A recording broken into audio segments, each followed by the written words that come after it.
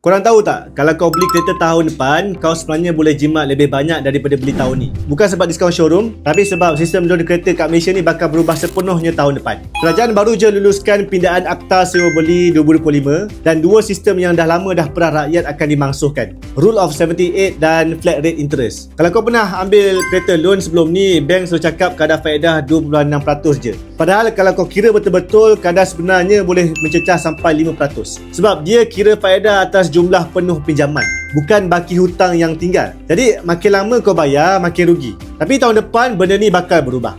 Mulai tahun 2026, semua loan kereta akan guna sistem baru, iaitu Effective Interest Rate atau Reducing Balance Method. Dalam masa mudah, bank kira faedah ikut baki hutang semasa. Maknanya setiap kali kau bayar bulan-bulan, baki tu akan turun, faedah pun akan makin rendah. Lagi cepatlah habis hutang dan lagi banyaklah kau jimat. Dan paling penting, bank lepas ni kena tunjuk kadar sebenar, iaitu effective rate dalam semua iklan dan perjanjian. Tak ada lagi istilah 26% tapi rasa macam 5%. Okey, contoh paling senang, kalau kau nak beli Honda Civic Type R harga dalam RM150,000, kau bayar 10% deposit. Jadi pinjaman RM135,000 untuk 9 tahun. Kalau guna sistem lama, bayaran bulanan lebih kurang dalam RM1,543. Tapi guna sistem baru turun jadi RM1,454. So beza RM89 sebulan, 9 tahun jimat lebih kurang RM9,000. Kereta sama, loan sama, tapi sistem baru buat kau bernafas sikit lah.